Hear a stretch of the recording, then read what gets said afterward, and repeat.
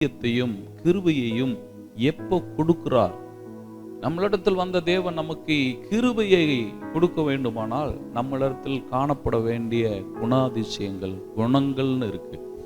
அதுல பிரதானமாக தேவன் விரும்புகிற ஒரு கேரக்டர், ஆண்டவருக்கு ரொம்ப பிரியமான ஒரு குணம், ஆண்டவருக்கு பிடிச்சது, அது விலையேற பெற்றது அப்படின்னு எதை சொல்லுகிறாரு அப்படின்னு சொன்னா, தாழ்மையா இருக்கிறதை தேவன் விரும்புகிறவரா இருக்கிறார். ஆண்டவர் பாருங்க, வேத புத்தகத்துல வாசு பார்த்தீங்கன்னா, நீதிமொழிகளுடைய புத்தகம் 3ஆம் அதிகாரம் 34வது வசனத்தை நீங்க எடுத்து வாசித்து பாருங்க. அங்க என்ன சொல்லுகிறார்? வாசிங்க எடுத்தவங்க. நீதிமொழிகள் 3:34. இகழ்வோரை அவர் இகழ்கிறார், தாழ்மை உள்ளவர்களுக்கோ கிருபை அளிக்கிறார். நல்லா கவனிச்சு பாருங்க. ஆண்டவர் என்ன பண்ணுகிறார்? இகழ்வோரை இகழ்கிறார், அவரும் இகழ்கிறார். அப்படின்னா அவங்க ஆண்டவரை இகழ்ந்து பேசுறாங்களா, ஆண்டவரை அசட்டை பண்றாங்களா, ஆண்டவரை என்ன செய்கிறாங்களோ, ஆண்டவருடைய காரியங்களை குறித்து வரும் பொழுது அவர்கள் என்ன செய்கிறார்கள் என்பதை கவனிக்கிறார். ஆண்டவருடைய காரியங்கள்னா நம்ம என்ன செய்கிறோம்? ஆமாங்க போங்க, அவருக்கு பெரிய வேலை இல்லைங்களா, அவர் என்ன போல பெரிய ஆளா, எனக்கு இருக்கிற காரியங்கள் எத்தனை, என்ன கூட இகழ்வோரை அவர் என்ன பண்ணுகிறார்? இகழ்கிறார். அடுத்து அதே இடத்துல சொல்றார், தாழ்மை உள்ளவர்களுக்கோ பாத்தீங்களா கிருபை அளிக்கப்படுகிறது. ஆண்டவர் யாருக்கு கிருபை கொடுக்கிறார்? தாழ்மை உள்ளவர்களுக்கு. அப்போ நம்முடைய இருதயத்துல தாழ்மை உள்ளவர்களா இருந்தா அவங்களுக்கு ஆண்டவர் என்ன கொடுக்கிறேன்றாரு?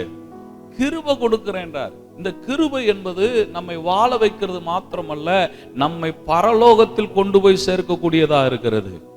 தேவனுடைய ராஜ்யத்துக்கு நம்மை கொண்டு போய் சேர்க்கக்கூடியதா இருக்கிறது. இது நிரந்தரமான பூமி கிடையாது. ஆமா இல்லைங்களா? இது தீமைகள் நிறைந்த பூமி.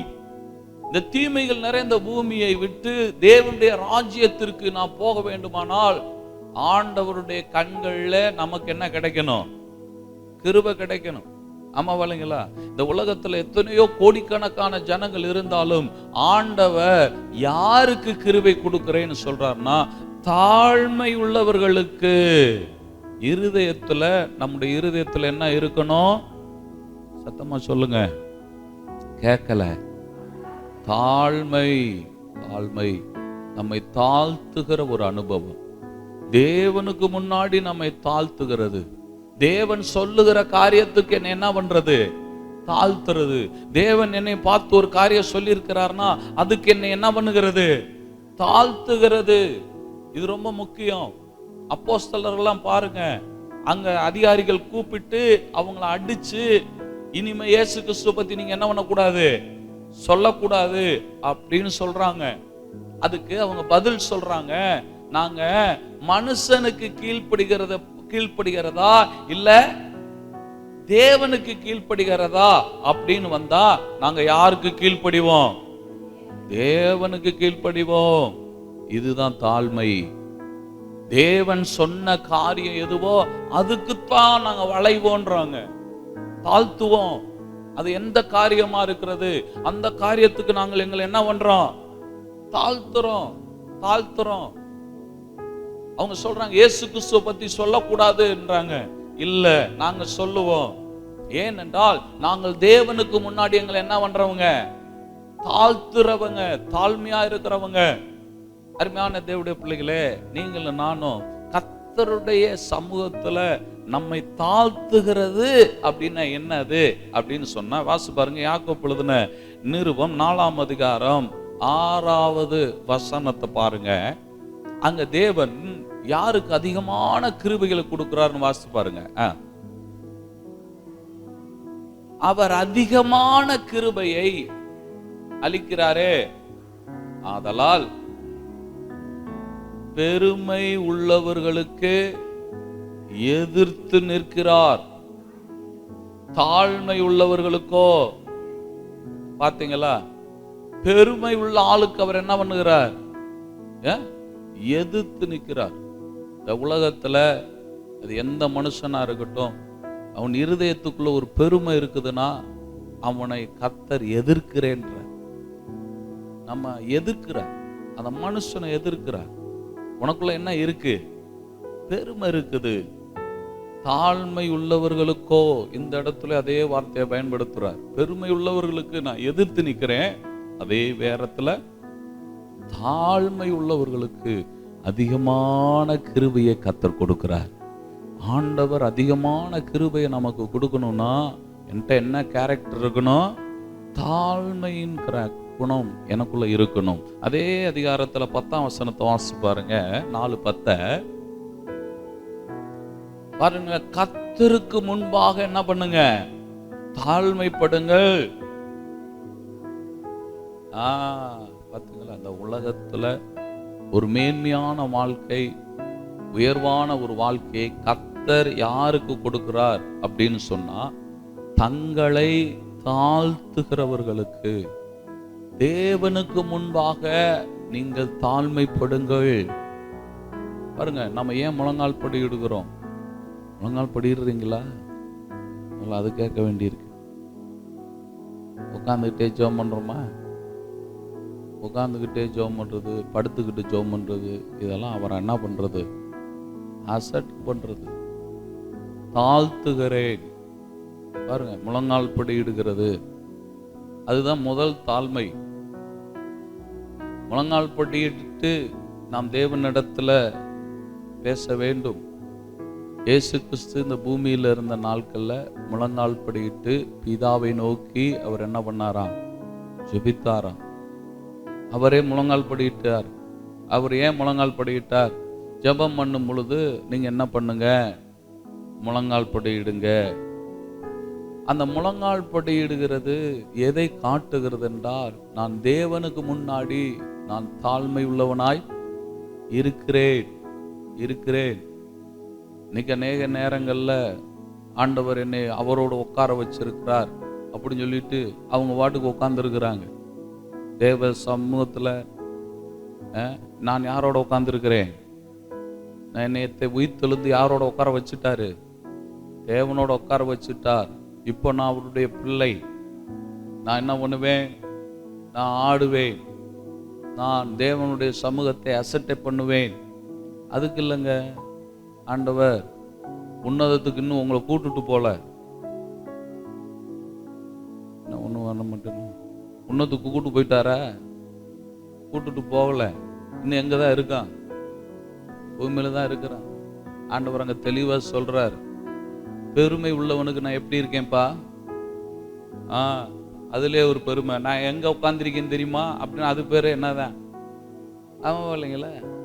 நம்ம கேட்கிற, நான் உன்னைய இந்த உலகத்துல என்ன கற்றுக் கொடுக்க சொல்லிட்டு நான் கற்றுக் கொடுத்தேன். இயேசு பிதாவின் வலது பரிசத்துல உட்கார்ந்து இருந்தவர் தான் பூமியில வந்துட்டு நான் பிதாவின் வலது பரிசத்துல உட்கார்ந்தாலு தெரியுதா அப்படின்னு பேசிக்கிட்டு இருந்தார. அவர் என்ன பண்ணாரு? அவர் முழங்கால் போட்டு காட்டினாரு. பிதாவின் வலது பரிசத்துல இருக்க ஒரே பேரான குமாரன் தானே. இங்க வந்து என்ன பண்ணாரு? கேட்கல. எல்லாரும் சொல்லுங்க. முழங்கால் போட்டார், தன்னை தாழ்த்தினார். பிதா தானே கூப்பிட்டாரு. ஆண்டவர் எஜமானா இருந்தாரு. கொஞ்சம் யோசிச்சு பாருங்க. இயேசு என்ன சொல்லிங்க கூப்பிட்டாரு? பிதாவே அப்படின்னார். பிதாவேன்னு என்னது? அப்பா. அப்பான்னு தான் கூப்பிட்டாரு. ஆனா ஜெபம் பண்ணும்போது என்ன பண்ணாரு? முழங்கால் போட்டார். நான் அவருடைய ஒரே பிள்ளை, எனக்கு முழங்காலே தேவையா இல்லைன்ட்டு அலைஞ்சுக்கிட்டு இருந்தாரு. அப்போ முழங்கால் போடலைன்னா நீங்க தேவ சித்தத்தை என்ன பண்ண மாட்டீங்க? செய்ய மாட்டீங்க. ஆமா வரலைங்களா? மோசே முகமுகமாய் தேவனை தரிசிக்கும்படி தேவன் வந்திருக்கிறார். உன் காலில் இருக்கிறது என்னன்னு கேட்கிறார். பாதரச்ச அதை கழட்டி போடு. அது எதுக்கு? நீ என்ன பண்ணியிருக்க? என் சமூகத்துல போட்டிருக்கிற. கேட்டாரா? கேட்கலையா? வேற இடத்தெல்லாம் போட்டப்போ அதெல்லாம் கேட்கவே இல்லை. எங்க வேணாலும் போட்டுக்கோ, இது ஏன் இடம், இங்க என்ன பண்ணக்கூடாது, தூக்கி போடு அப்படின்னு சொல்லுகிறார். எனக்கு ஒருத்தரை பார்த்தேன் நான். அவரு புல்பிட்லயே செப்பலை போட்டு நின்று பேசிக்கிட்டு இருந்தார்.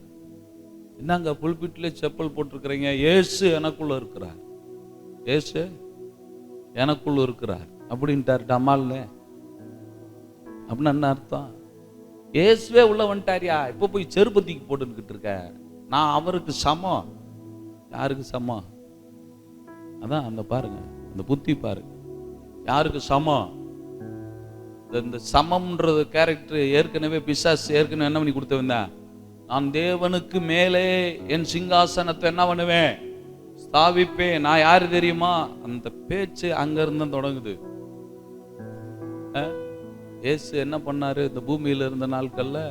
ஒரே பேரான குமாரங்க, அவர் முழங்கால் படியிட்டு ஜெபிக்கிறார். அப்போஸ்தலனாகிய பவுல் சொல்லுகிறாரு, நீங்கள் பிதாவை நோக்கி என்ன பண்ணுங்க அப்படின்றார். எபேசியர்கள் நிருபத்துக்கு வாங்க, எபேசியர்கள் நிருபம் எல்லாரும் எடுத்துக்கொள்ளுங்க. அங்க பவுல் எபேசு சபைக்கு சொல்லி கொடுக்கும் போது என்ன சொல்றாரு அப்படின்னு சொன்னா, 5ஆம் அதிகாரம், மன்னிக்கவும் 3ஆம் அதிகாரம் 14ஆம் வசனம், இது நிமித்தம்,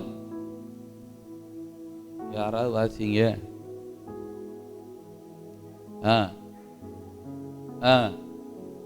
பாருங்க, இது நிமித்தம் நான் பரலோகத்திலும் பூலோகத்திலும் உள்ள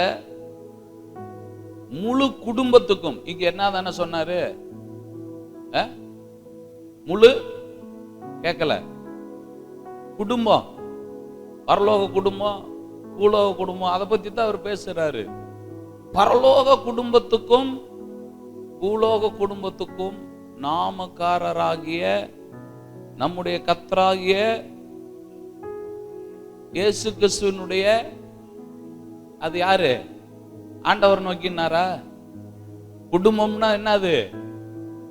அப்பா பிள்ளை, அப்பா பிள்ளை உறவுல இருக்கிறதா பேசுறார். முழு குடும்பத்துக்கும் நாமக்காரராகிய இயேசு கிறிஸ்துவை நோக்கி நீங்கள் நல்ல கால 2 கால நீட்டி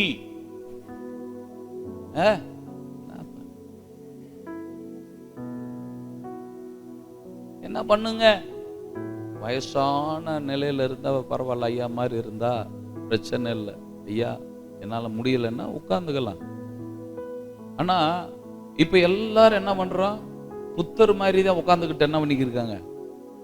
ஆமா, நல்ல கால் சம்பட்டை போட்டு அப்படியே உட்கார்ந்து நோகாம ஜெபிப்பது எப்படி? ஆண்டவர் கேட்கிறாரு, எப்பா எபேசு சபைக்கு எழுத சொன்னேன், நானே இந்த பூமியில இருக்கும்போது எப்படி ஜெபிக்கணும்னு என்ன பண்ணி காட்டினேன், சொல்லி காட்டுனேன். அதிகபட்சமா எவ்வளவு நேரம் முழங்கால் படிட்டு இருப்போம்னு நீங்க கணக்கு பண்ணி பாருங்க. 15 நிமிஷத்துல அது பாம்பாட்டம் ஆடிரும். ஆமா இல்லைங்களா? ஏன்? அது போட்டு போட்டு சர்வீஸ் ஆனாதாங்க அது வரும். நீங்க முழங்காலே போடுறதே இல்லை அப்படின்னா நீங்க 2 நிமிஷத்துல கீழே இருக்கிற முட்டி தனியா வந்த மாதிரி இருக்கும். ஆரம்பத்தில் எனக்கு நான் ஜெபமே பண்ண மாட்டேன், எல்லாம் ஏசு பார்த்துக்கொள்வார்ன்ற ஒரே வார்த்தை தான். அதுக்கு பிறகு என்னது ஜெபம்? என்ன ஜெபம் பண்ணியா? எல்லாம் ஏசு பார்த்துக்குருவார். ஆபிரகாம் சொன்னான்னா இல்லையா, எல்லாம் எவர் பார்த்துக்குருவாரு. அதுக்கு எதுக்கியா ஜெபம்? ஒரே நிமிஷத்துல முழங்கால் போடிட்டு எல்லாம் நீங்க பார்த்துக்குருவீங்க. இயேசுவின் நாமத்தில் ஜெபிக்கிறேன். நல்ல இதுக்கு பேர் என்னது? ஜெபம். ஒரு செகண்ட் போதும். அதுக்கு என் பக்கத்துல இருக்கிறவன் சொல்லி கொடுத்த, ஏய் செத்து கிடந்த லாசர்கிட்ட இயேசு எப்படி ஜெபிச்சாரு? சிங்கிள் வரி சொன்னார். சிங்கிள் வரி ஜெபத்துக்கு தான் பவர் கூடுதல் அப்படின்னு சொல்லி கொடுத்து கூட கொஞ்சம் நான் ஒரு வரி ஜெபமா பண்ண ஆரம்பிச்சேன். அப்புறம் தான் அந்த ஒரு வரி ஜெபமெல்லாம் பழகினேன். கர்த்தர் எனக்கு யாவும் செய்து கொடுப்பார். இயேசுவின் நாமத்தில் ஸ்தோத்திரம். அல்லேலூயா. இப்ப இதுல எல்லாம் வந்துருச்சா இல்லையா? எனக்காக யாவையும்ன்றதுல என்னென்ன இருக்கு அதை சொல்றதுக்கு எனக்கு நேரம் இல்லை. இயேசுவே இந்த யாவையும்னு சொன்னேன் பாருங்க, அதுல என் வீட்டு பிரச்சனை இருக்குது, என் பிரச்சனை இருக்குது, பணப்பிரச்சனை இருக்குது, எல்லாம் சேர்த்துக்கோங்க. உங்களுக்கு தனித்தனியெல்லாம் என்ன பண்ண முடியாது. யாவையும் ஆண்டவர் கேட்கிறாரு, ஏப்பா உன் காரியத்தை சொல்றதுக்கு கூட உனக்கு இப்ப என்ன இல்லாத நிலைமையில இருக்க. இதுக்கு பேர் என்னது? இதுக்கு பேர் தான் பெருமை.